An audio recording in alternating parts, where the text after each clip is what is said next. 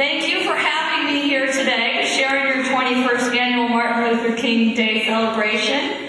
I'm glad to be back. I had the honor of being here last year, and since that time, you have made me your United States representative, and I am so grateful.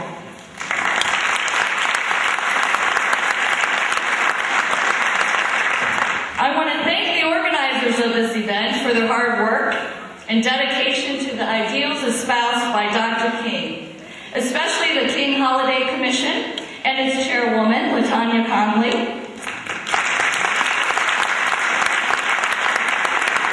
as well as all of the other organizations with us today for their help and support. I would also like to congratulate our award winners, the Reverend Dr. Henry Bruner for receiving the Community Building Award,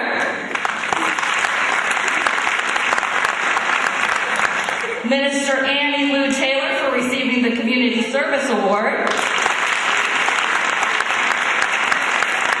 and Family Planning of Lorain County for receiving the Health Equity and Awareness Award.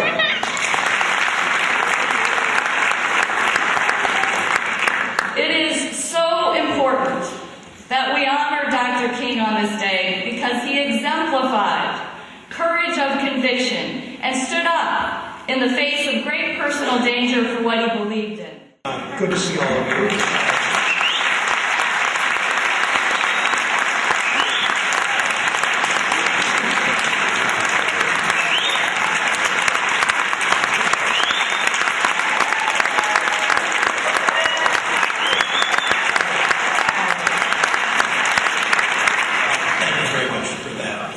It's great to be back at Elyria High School, great to be back to celebrate again. LaTanya, thank you for all that you do with this every year. Mayor Grace, thank you for your kind words. Congressman Sutton, Reverend Bruner, thank you.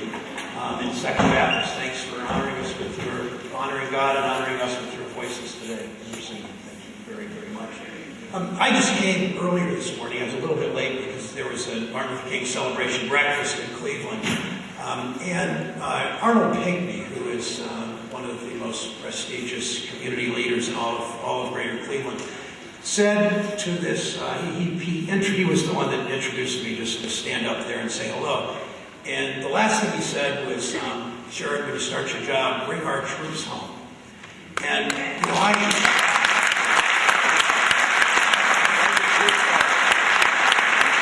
I was thinking about Dr. King and war and peace and nonviolence. And as many of you remember, those of you that are younger than I, which is most of you, remember that 1 year, I believe, actually to the day, or 1 year at least, that week before his assassination, Martin Luther King went to Riverside Church in New York and spoke out against the Vietnam War. And he was criticized roundly by President Johnson, but also by many civil rights leaders who thought that this wasn't what he should be doing. He should be fighting for civil rights and social justice and economic justice, but not be involved in issues of war and peace. And so clearly, the courage that Mayor Grace talked about, the courage that so many talk about with Martin Luther King, that Reverend Bruner mentioned, and this is really all about all of social justice, and that's the kind of courage that he showed when he spoke out against that war.